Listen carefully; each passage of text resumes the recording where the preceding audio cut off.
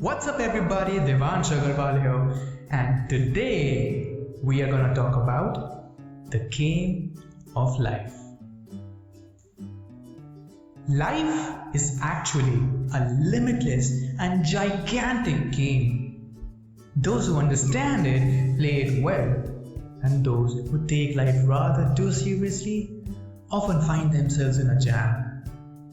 In this game of life, we are all players, and the first and foremost priority of this game is to play our best game possible and enjoy the ride to its fullest. When we were kids, we used to play so many games. Winning or losing used to be a rather big deal for us because we didn't differentiate the game from life. For us back then, losing in the game would mean losing in life.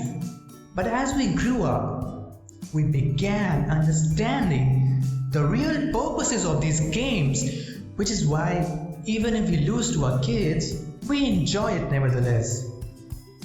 But when it comes to the game of life, we kinda deviate away. We start taking winning and losing as a rather serious matter, which points to the fact that we have knowingly or unknowingly begun behaving like kids yet again. Too often, an experience of the past keeps on haunting us. Something which we did against the advice of the whole world because we thought what we were doing was right, but then ultimately we screwed up, which is not surprising, of course. And now we are being attacked mentally and emotionally, both from the outside world and the inside world, which is more sinister. One wrong decision in the past and it undermines our credibility in our own eyes for the rest of our lives. It also casts a shadow on all the other decisions we take in life, which is honestly a pretty shitty situation to be in. Oh my god, I can't even say shitty properly.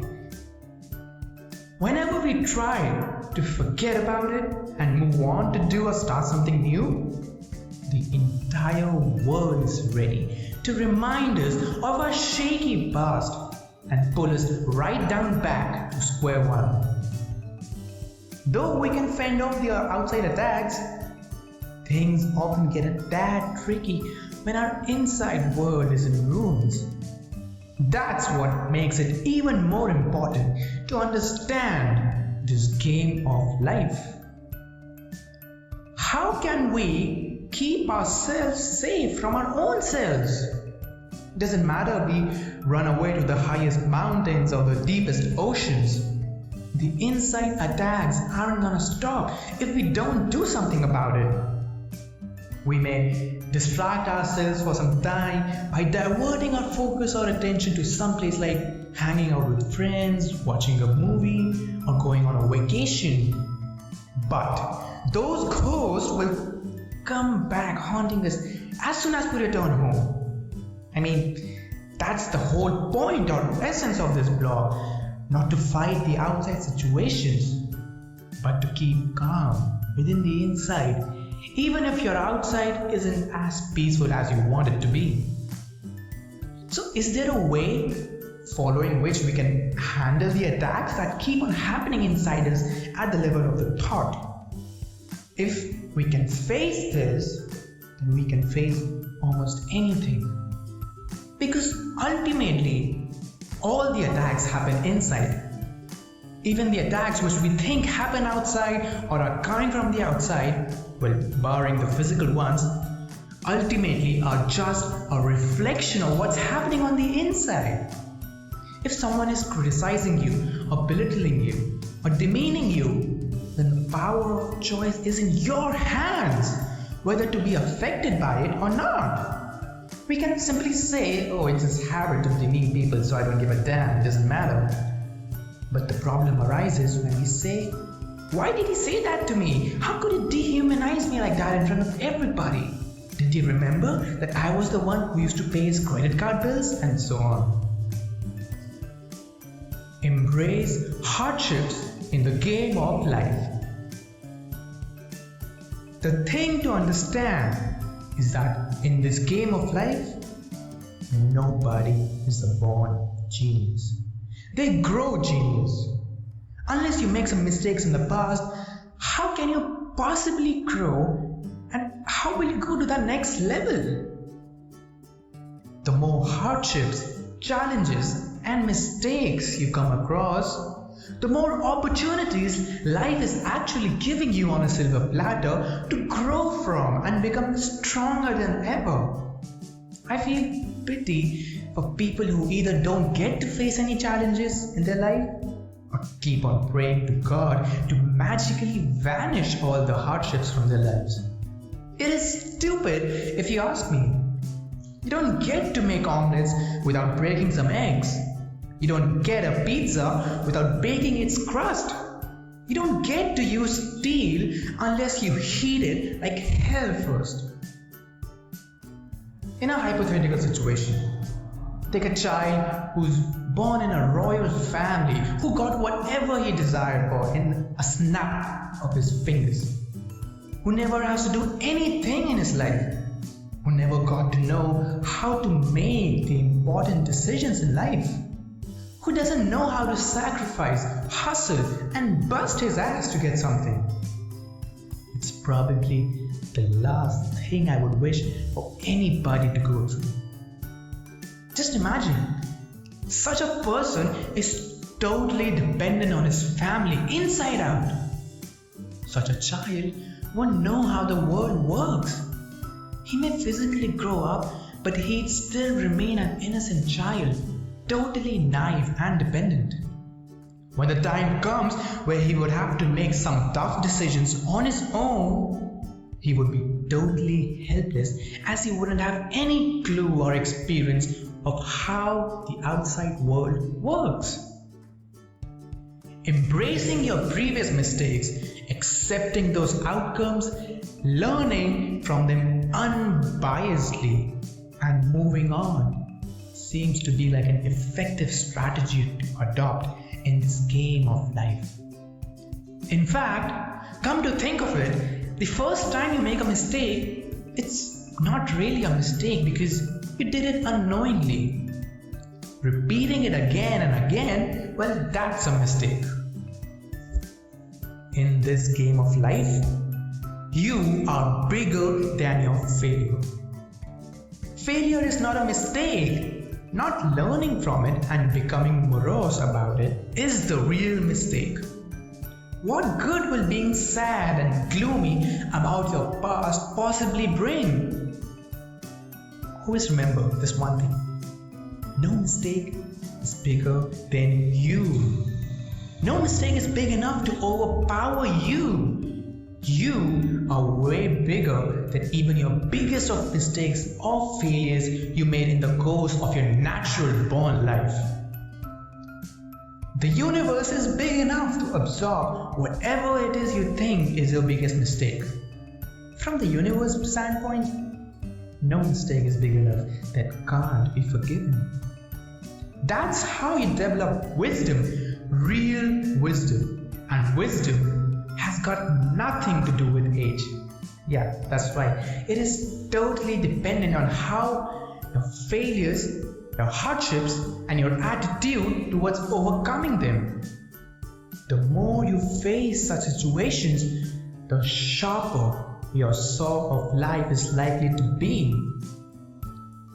People tend to make mistakes only when they are outside their comfort zone, and that's your potential to grow right there.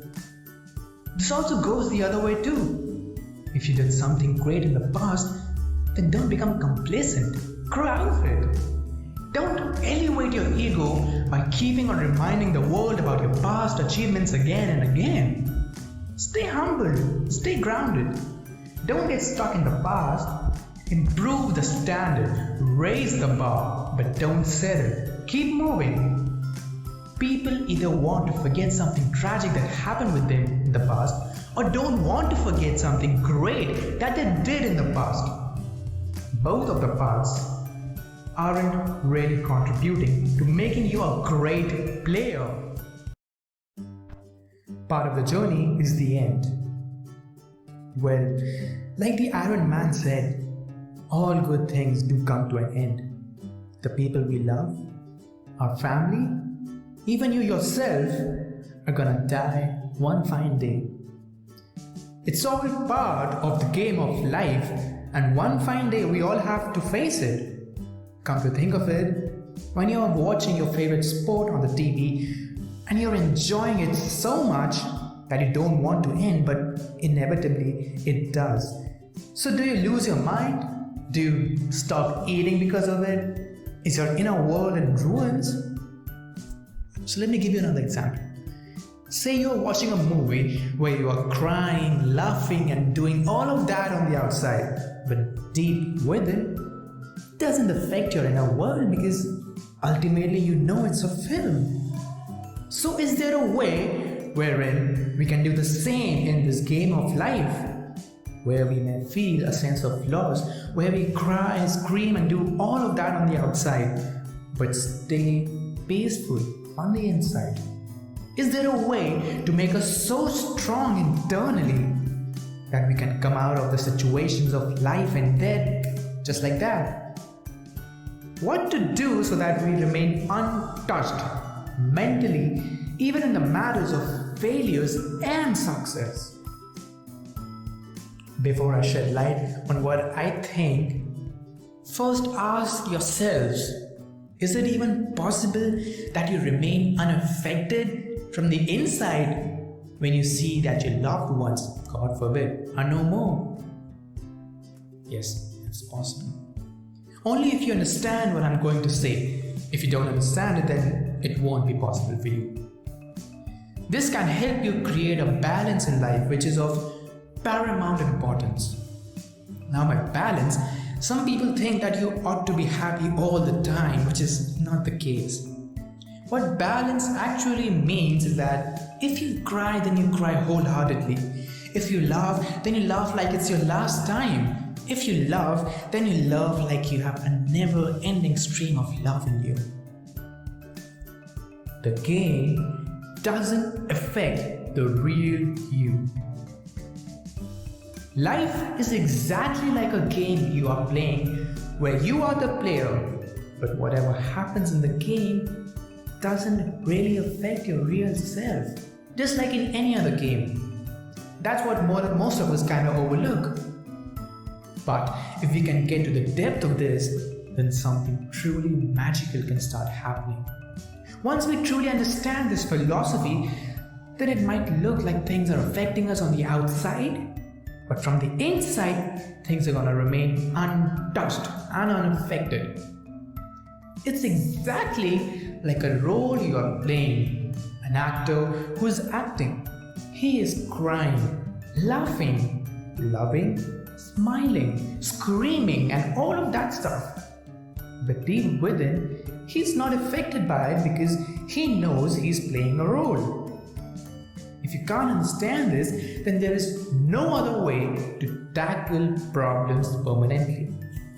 Surely you can work things out on a temporary basis, but if you want to remain peaceful in the long run, you gotta understand this sooner than later. Just imagine if you're playing a video game, but you forget that you're actually playing a game, then who can save you from this gigantic misunderstanding? This is precisely why we make the wrong kind of decisions in life, because we are taking this game of life rather too seriously than it was ever meant to be. We have associated ourselves with the player who's playing the game, which is the root cause of all the problems you have in life. If the player gets hurt or becomes sick, we will become all morose and gloomy and vice versa. We will play this game of life better once we understand that the consequences of the game aren't actually going to affect what we truly are. But we do the exact opposite of it. We forget we are playing a game. We confuse ourselves with the player playing this game, which is why we are not able to give our best shot in this game of life. This is the reason why we are so good at giving advices to others, but suck when it comes to applying them ourselves. We need to fathom that whatever is gonna happen with the player isn't gonna affect us, and that's precisely when we become absolutely fearless. And once we become fearless, the potential of this game of life becomes limitless. Most people either identify themselves with their bodies, the physical bodies, or their minds. Our minds act like the software that is responsible for the smooth functioning of the hardware, which is the body in this case. In reality, you are neither the software nor the hardware. You are actually the one creating and modifying both of them continuously. You are the designer of your system. You are the one who has the remote controller of the player who's playing this game on the TV. You're not into the TV screen actually playing the game. Once you understand this reality, then you will become the designer, a true player in the game of life. And what is this game of life actually all about? To configure and program the software, which is your mind, and the hardware, which means your body, in such a way that it reaches its highest potential to adjust with the underlying circumstances and situations. This includes all your relationships, your work, your career, your social work, and so on. If you don't want to go deeper, just keep this thing in your heart. Life's a game. You won't lose anything if you believe this, but you will gain everything. Because now you will be able to play this game of life the way it's supposed to be. When you play video games, you don't reach level 10 on day 1. But that doesn't mean you quit playing the game itself. You try again and again and again. You fall and you rise, making your game better than before, filling in your gaps and perfecting your imperfections. And slowly, gradually, your game improves. You start having fun and you keep on going to the next level.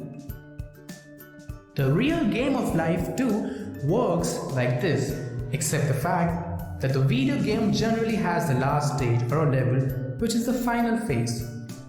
The real game of life has no end, and that's the beauty of it. Perfection is just an illusion that doesn't exist in the game of life, which is what makes it even more interesting and enthralling. If you become perfect in this game, then where's the fun in that? Things will become stale after a short while and you will get bored. As long as you're alive, your sole aim should be to keep on improving your game on the outside. And I mean on the inside, and the outside will automatically take care of itself. When situations get hard, that is actually life's way of saying congratulations, you have passed the previous level and welcome to the next level. So buckle up and get ready to show your next move. So now instead of cowering your way and succumbing to the hardships and challenges, you say, alright life, I accept your challenge, show me what you got and give it your best shot. The next level in the game of life. People are confusing, period. They don't want to keep on repeating the same level in a video game, but when it comes to the game of life, they don't want to go to the next level. If you can actually change and live your life this way, you will practically change your life for good. Just imagine, right now, a common reaction to stress, negativity, or failure is often so miserable. But what if you start enjoying them too? What if you take them up like a new challenge to solve, a new level to reach? The part that makes the whole game interesting. Won't it just change the whole dynamic of how we are used to seeing things altogether? Just like without darkness, light is meaningless. Similarly, without challenges, life is incomplete. But we don't really think this way. We think like a miser, just wanting to get things done as fast as we can instead of making ourselves better. This is why we are not able to grow in the game of life and ultimately become gloomy and give up on life. Here, we are giving up our own control and letting people, situations, and possessions control us, which is not a state you want to be in. You wouldn't like your neighbor or your boss playing your game for you now, would you? Some people are stuck on the same level of the game all their life because of their ignorance and stupidity, while some don't want to step up to the next level because of fear and their attachment to their comfort zone. Neither of the paths isn't gonna make you whole or happy from the inside. And all of this is actually common sense, nothing hard or tricky to grasp once you get the essence of it. Things get boring once we start repeating them. This is the primary reason for boredom in people's life. The truth of the matter is that every day brings a ton of new opportunities, new challenges, and new experiences which we choose to ignore so subtly. And then we complain life sucks, life's boring, or there's nothing new going on in my life, the same old, and so on. It's time we start celebrating every level we clear so that we can enter into the new one with fresh exuberance and a positive zeal. This game of life is not just about clearing levels all our life, but ultimately enjoying the ride, like I said in the beginning. You don't know what tomorrow holds. Hell, you don't even know what's gonna happen the very next second. And that's the best part of this game of life. Don't you want to see what you're going to do next? Isn't it exciting enough to guess your next move in the future only to later find out that you did something entirely different from what you thought? Life itself is honestly the best adventure, thriller, rom-com, funny, horror movie you're ever gonna watch in your entire life. Very few people are actually playing this game of life the way it's supposed to be, fully alive and active in each and every moment and doing everything to the best of their abilities. Things that seem impossible for the normal crowd will be a cakewalk for them because all of this is a game to them. They will be able to imagine things that normal people can't even imagine in their wildest of dreams. If we can live our lives this way, which isn't actually that hard, then where is the fear now? Our bodies are meant to die. The mind is meant to die. You cannot save them even if you want to. But even after they are gone, you are still alive. And that's what most people don't realize. There is something that has never died and will never be able to die.